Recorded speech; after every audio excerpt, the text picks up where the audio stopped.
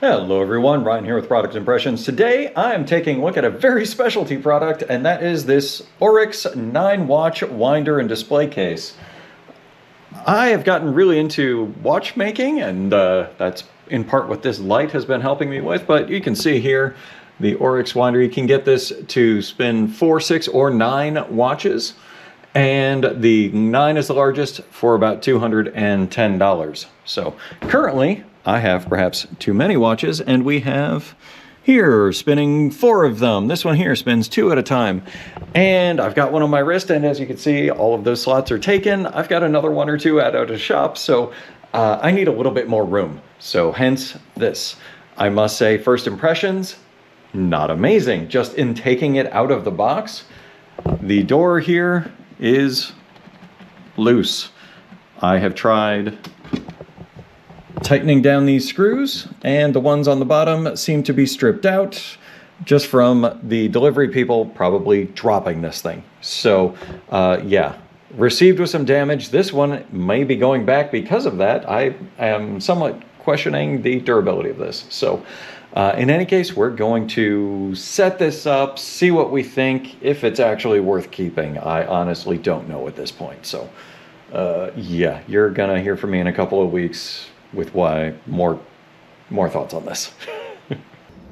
I've had this winder set up now for a couple of, well, I was going to say about a couple of weeks, but it's been closer to a week, and I must say I really like it. It is very nice. It's only been about a week because this is the second one that I've had. The first one that I received, it was kind of obvious that someone else had tried it and sent it back, and it's somewhere in the process of that, it got broken. The door was messed up. None of the watches rotated, as you see there, which is what actually keeps them wound. I'm guessing somebody bought it. That one didn't rotate. They sent it back, and it got damaged in the shipping back and forth. But in any case, the second one arrived in a much larger box with actual foam padding around it, rather than just being this inside of the manufacturer's box. So if you are ordering one of these and you get one in a box that is no larger than the device itself, it's probably going to be broken. Maybe it was the same one I had. Otherwise, I must say it's very nice. Got that blue light up there to kind of light everything up. If you don't like that, there's a switch on the back. You can just turn that off. There is a separate switch for the rotation, which you can still see ongoing. Go ahead and turn that back on. And you can control what direction these are all going. So you can see these are going in opposite directions from each other. These two are kind of going together. The knob underneath changes the direction that it is turning. So if we look at this here, we can see the little hash mark on there is kind of pointing upwards. The different ways that it can turn, the first notch, it's really hard to see. If it's turned all the way counterclockwise, it will just be off. If it is turned to the first position, it will rotate clockwise. Second position, counterclockwise. Third position, as I have now, it will switch back and forth between clockwise and counterclockwise, but with pauses in the middle, as you can see here. And there's a final position to have it rotate back and forth without any pauses, I believe. So this is just kind of how I have it set up, because I'm not sure which of these movements need to turn clockwise, which need to turn counterclockwise in order to stay wound. But in any case, that is what it looks like. And it is kind of nice that while they are rotating, whenever you open the door, it will actually have them stop rotating. So you don't have to worry about trying to grab these and pull them out while it is moving and potentially damaging anything.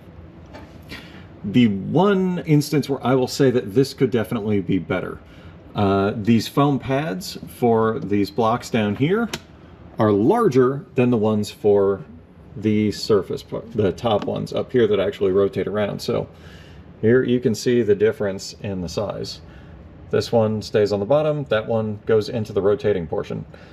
Why these are not all the same size so that you could just take a watch from down here and put it up here to keep it rotating without having to switch it all around, I don't know. That is just a poor design decision on their part.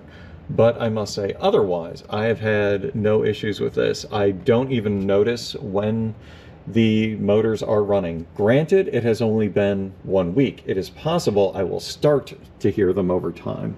I have had some of these in the past with lower capacities which you will start to hear these motors running after you've had it for maybe a month, maybe a couple of months. So we'll see if that actually changes. But even if it is no louder than the ones that I've had before, I mean, it was noticeable, but just kind of barely. So yeah, very much like this 9-watch spinner. So yeah, keeping everything wound and also being a very nice display case. It does have a lock in the side here, but with how I have it positioned, that is not really practical to be using if I want to actually go in and out of it every day.